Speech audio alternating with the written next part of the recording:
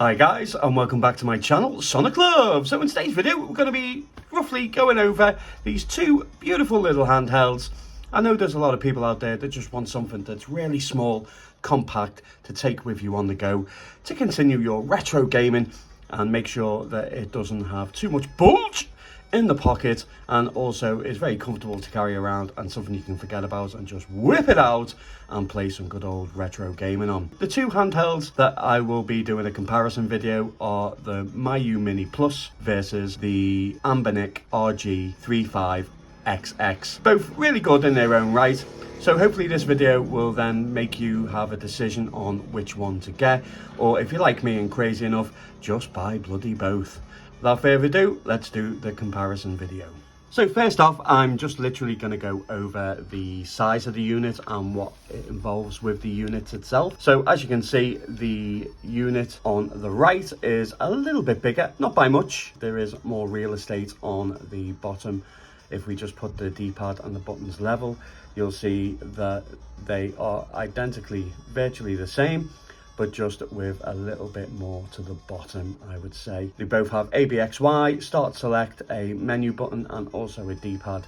Both D-pads are very, very good and responsive. Anbernic are renowned for a high level quality of D-pad. Anbernic have not failed. They also have a very, very good D-pad. Feels really nice. The Anbernic one is firm. It feels very, very nice in the directions. Feels very good in the thumb. Feels very, very comfortable. ABXY buttons are legendary, feel really, really nice.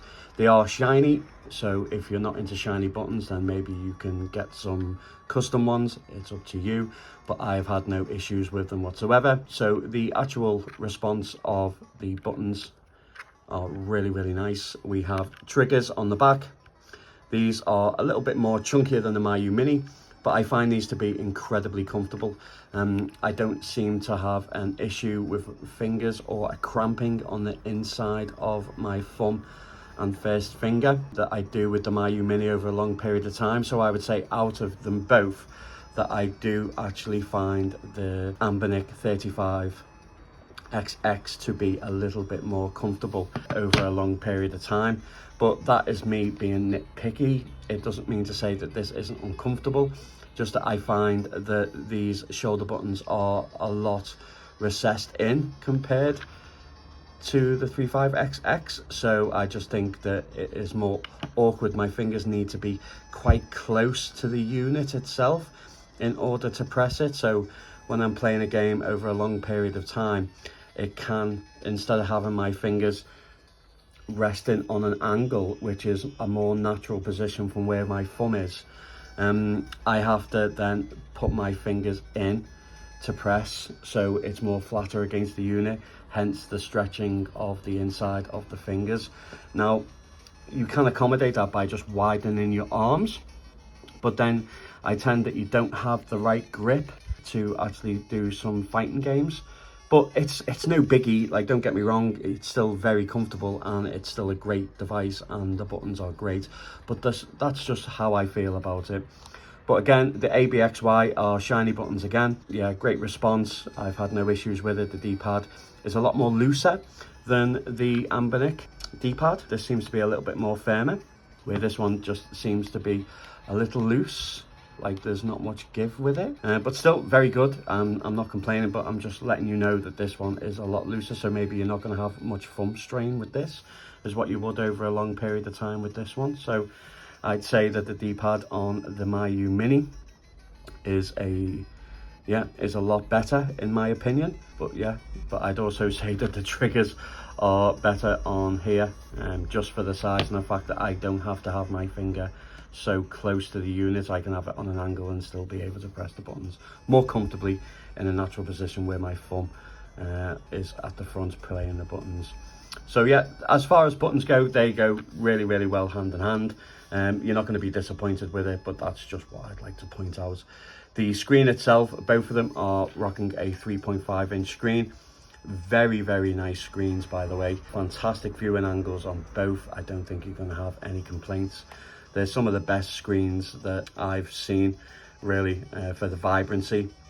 So yeah, I wouldn't say that one screen is better than the other. I think the resolution is a bit better on the 35XX, but I'm not too sure. But to my eyes, I don't really notice the difference.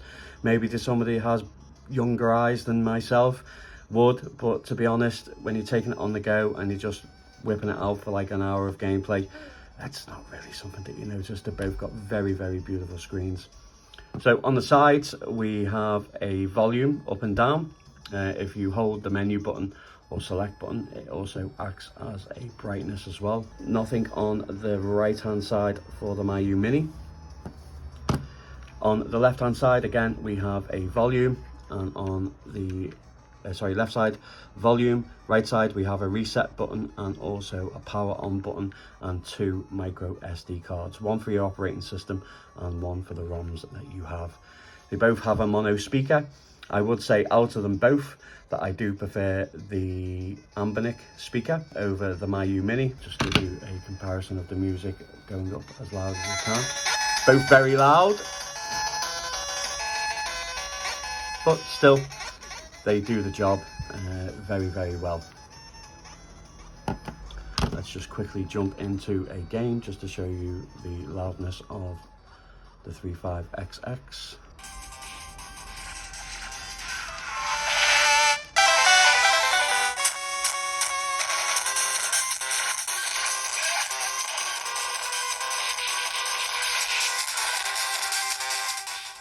So I would say out of the two, the 35XX is a considerably louder than the Miyoo Mini Plus, but both still have a good range, and you're not going to have it on full blast because it distorts anyway. But yeah, out of them themselves, I would say that I'm gonna put it to the 35XX to win on sound quality. It's still very good, don't get me wrong, and it's not something you're gonna gripe about, but out of them both, I would say this one has the best sounding speaker out of the two. So far, I think both screens are, yeah, just as good as each other. I don't have any complaints. I think you won't be disappointed with either system that you choose. Whether you choose both or the 35XX or the Miyoo Mini Plus, you're going to be happy with the screen. You're going to be happy with the controls. But as I say, those key points that I made out about the D-pad and also the shoulder buttons, take that into consideration. They both have a lovely feel and texture to them. I think the build quality on both are exceptional. I wouldn't say one's better than the other. I just think that they are both very, very well made handhelds. I think that you'll be very impressed with the quality of the builds themselves. At the bottom, we have a 3.5mm headphone jack, also a charging. One does have Wi-Fi. That is a really nice touch. So this has the Wi-Fi, this doesn't, which is a bummer in my opinion. Not too sure if you can add Wi-Fi to it, maybe down the line, or I will open it up to see if it's actually available to do so. Too sure. If you know, let me know in the comments. So that's really, really good. OS and operating systems, well, this is where I think it really does come into a head-to-head battle, because the power of this unit is slightly more powerful than the Miyoo Mini Plus, not by much. The operating system that you get with it, it doesn't really give the full potential of what this is capable of. So there is a custom firmware for the X35 called Batocera Lite. I think it's on beta 3 at the moment. I only have beta 2, where you then can play Dreamcast, PSP games. It still is in beta form, but it's a really, really good thing, because down the line, once it really has a very, very nice operated Batocera build, this would probably be my first choice over the Miyoo Mini. Not really too sure. Have to see how the development of that Batocera build will be as time goes down the road. But for stock firmware, both very, very good. They both have a really easy and simple interface. Very similar. Onion OS and Garlic OS are the operating systems that you can get for it, which is pretty nice. This one has just had a 4.2 update, which I'll showcase as well at some point in this video. So both at the moment with stock, they can go up to PS1. Once you put on the custom firmware, it does take up to 50 emulated systems for the Miyoo Mini. And obviously with Batocera, it has plenty more. Also those extra added systems, which I have done a showcase video. I will leave it in the description so you can check that out, and I'll also leave links to the unboxing and first impressions of both of these also. This is a comparison, playing and testing on it. What have I played more? In all honesty, I've played the Miyoo Mini more. I know a lot of things I've said about this may seem a little bit better. I had the original Miyoo Mini and I just fell in love with it, and it went everywhere with me.